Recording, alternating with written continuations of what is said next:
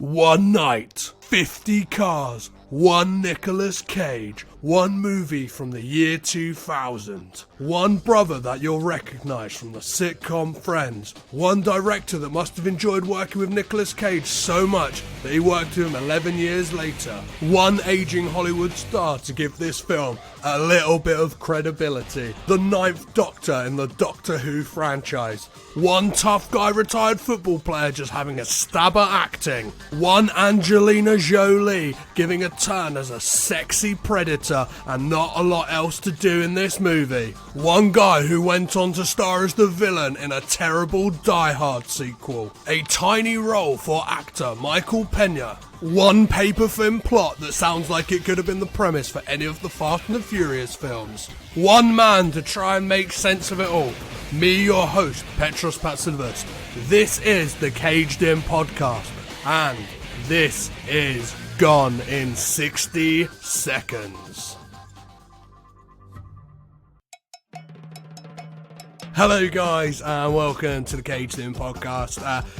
As I said in the intro, I'm going to be talking about Gone in 60 Seconds, but I'm going to be doing it with a little bit of a twist this week. I'm actually going to talk about this film in total, the plot of this film, over 60 seconds. So I'm going to have a timer, and if I get it wrong, you'll never know about it, because I'm just going to keep recording it until I get it all within 60 seconds. As much detail as I can. Don't worry, I will expand upon what I thought about the film afterwards, but yeah, the actual rundown of the film will be 60 seconds long. Before we get to it, guys, I just want to mention the website, which is www.cagedinpodcast.com. I'm not sure if I've mentioned that on a regular episode yet, but yeah, that's what I'm rolling with the website. You can still keep up to date with everything that's going on Caged In wise on social media, which is Caged In Pod on Facebook, Twitter and Instagram. And you can always shoot me an email, which is cagedinpod@gmail.com. There is actually a contact bar on the website as well, so if you want to do that, whichever way you want to do it, you want to have a little chat, always rate, review, subscribe on iTunes, and listen however you want. You can even listen on the website. Yeah, the website is a great new little feature we've got. I'm going to shortly be writing a blog about my experience, which I'd like to turn into some type of PDF eventually, like a long form, almost like a dissertation essay about my experience and what it is like to immerse yourself in the world of Nicolas Cage. Maybe I can use it as a scientific study to see if watching films rots your mind.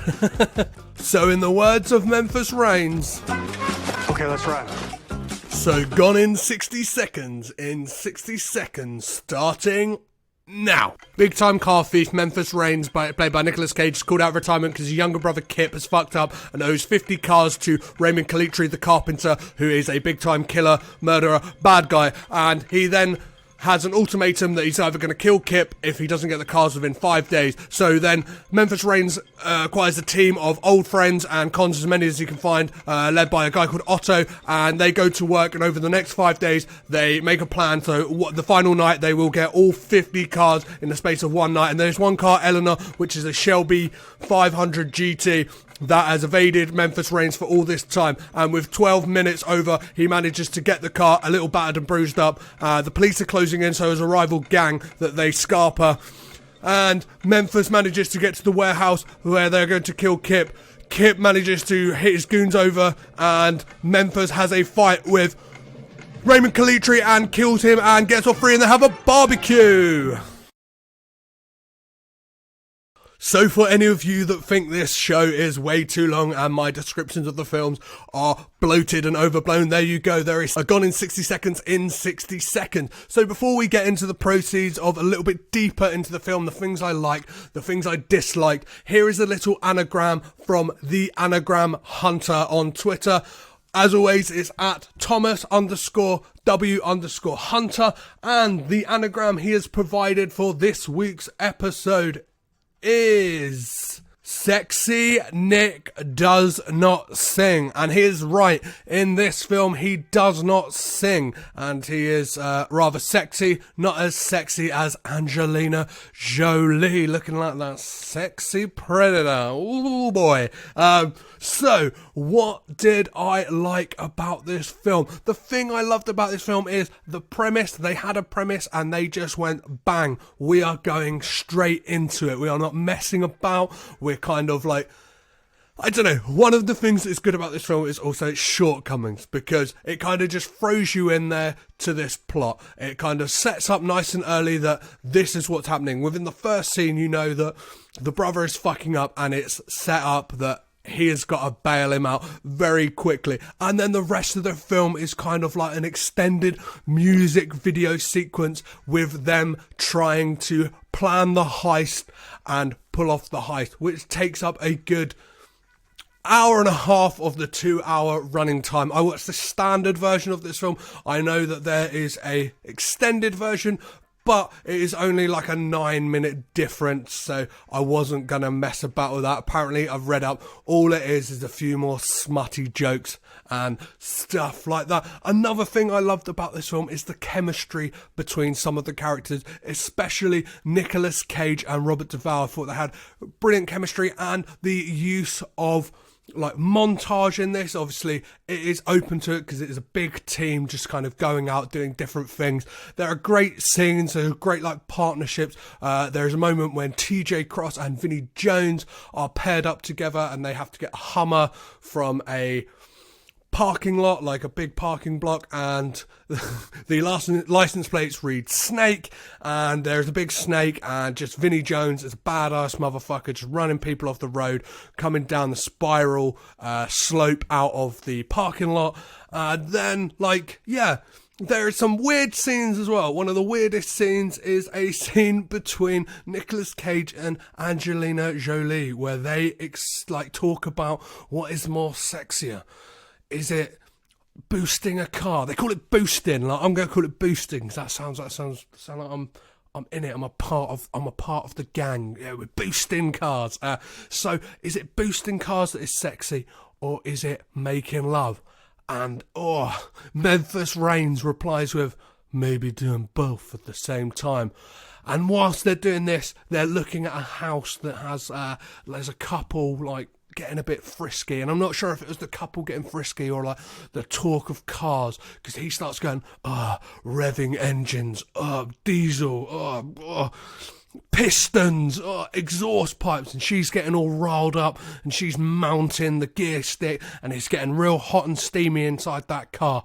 But it's cut short because the people have decided to make love so they can then steal their car that is parked on the driveway, because they have this lovely glass front to their house that obviously, I don't know, they were deep in passion, so I'm sure they could have stole it at any time. But I found this scene very weird because just the sexualization of cars, I don't really get it. I know a lot of people like cars. I know there's people out there like what you call yourselves piston heads and stuff like that, but I'm not one of those, so I find this sexualization of cars pretty weird. I found like the montage of him getting the gang back together brilliantly, just kind of snapshots into who these people are, was great. Just seeing one of the guys, Donnie, how he used to be a driving instructor and he's out doing his thing, and how everyone's lives have changed. Memphis himself has gone out in west or wherever he's gone to, maybe Memphis, maybe that's where he gets his name from, because it is never fucking explained, but he is like a go-kart instructor. Everyone is kind of settled down and they are kind of back out for one last hurrah. And you see that Sphinx, the man who doesn't speak, played by Vinnie Jones, works at a morgue, which is kind of like neon lit and looks fucking mental. And then the one person he knows he can't just ring up and ask if she'll be is Sway, played by Angelina Jolie. And one of the weird things about this is, like, one of my gripes about the film is their relationship is not like not built up enough. There is like kind of, you don't really get a real sense of their past.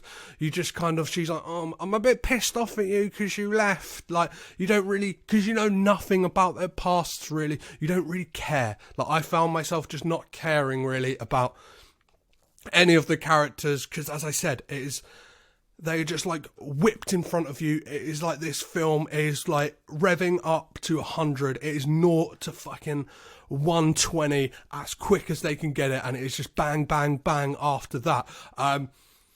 So yeah, as I said, it's one of the great things about this film, but it's also one of the downfalls, because you don't really care about anyone. I didn't care whether Kip got killed or not. I didn't care whether they got the cars or not. I didn't even care if he got Eleanor, like the car, the GT 500 Shelby, because there was no real like build up to that, apart from everyone saying, oh, he really wants to get that car, oh, he really wants to get that car. And it's like, oh, he's had a bit of a shaky past with that car in the past, like, oh, he really wants to get it.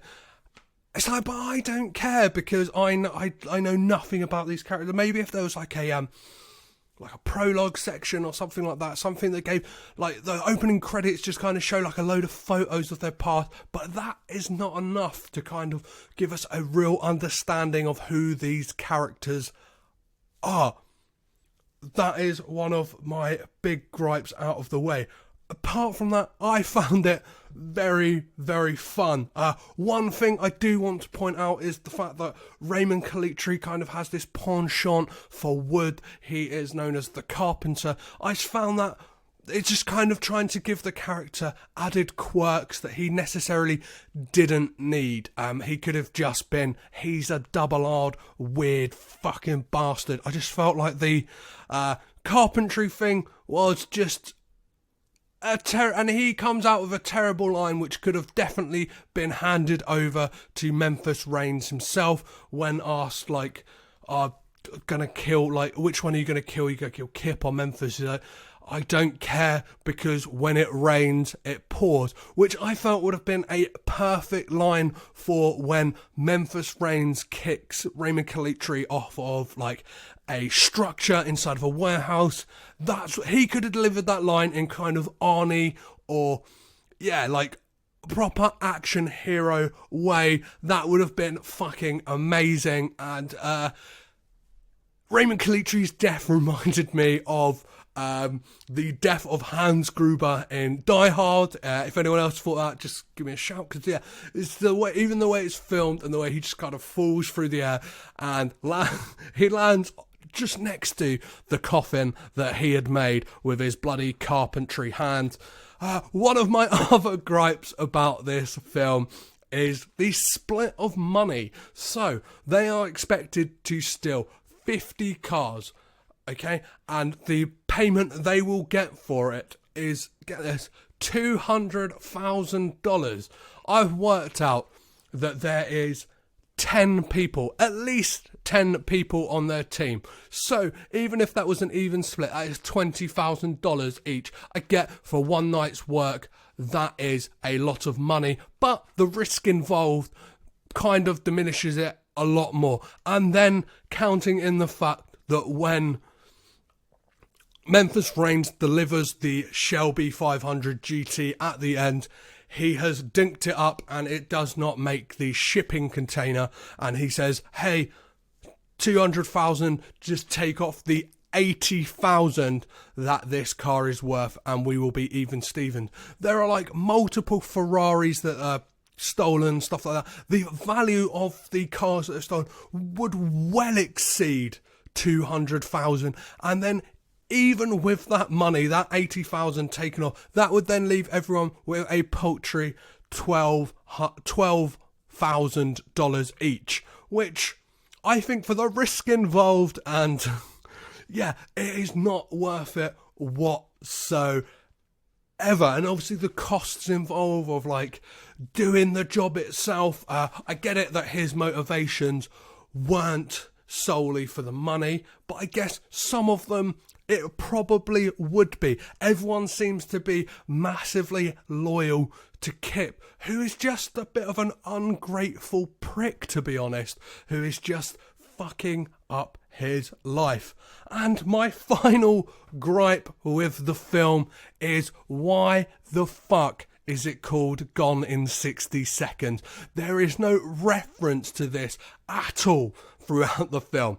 I could get it if they were like, oh, on the time scale we are on, we are going to have to be in and out in 60 seconds. But no, they make no reference to that at all. This film could have been called One Night 50 Cars, or the car heist. It could have been called a whole host of other things apart from Gone in 60 Seconds. I know that this film is a loose remake of a 1974 film, which maybe dives more into it. I haven't really got the time to watch that, to be honest. I've got loads of Nicolas Cage films to watch. But yeah, and sorry, I said that was the last one. I have one more.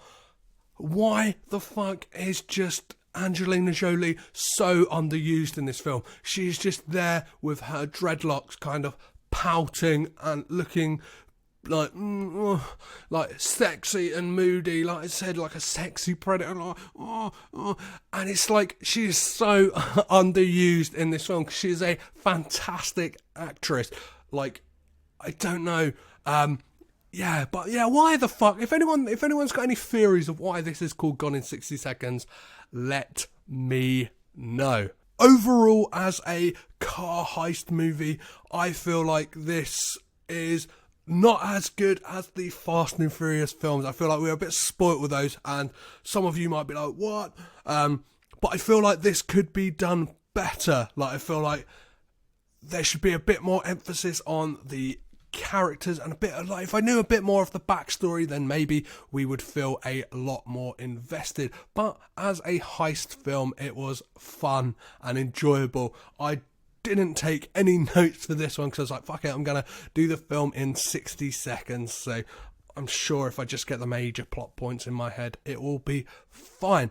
But to sit down, enjoy it, and just not think about it, it is great fun, and I would recommend it to anyone. So guys, that is what I thought about the film, and it is time to have a little look at what the scores are on the internet. So as always, I do not know the scores until I look them up, and the scores we have this week are provided by IMDb, Rotten Tomatoes, and a new one that we have never seen before, which is Common Sense Media. I know nothing about Common Sense Media. I don't know whether to trust them. I don't know whether to trust any of these because there's a lot of idiots writing stuff on the internet.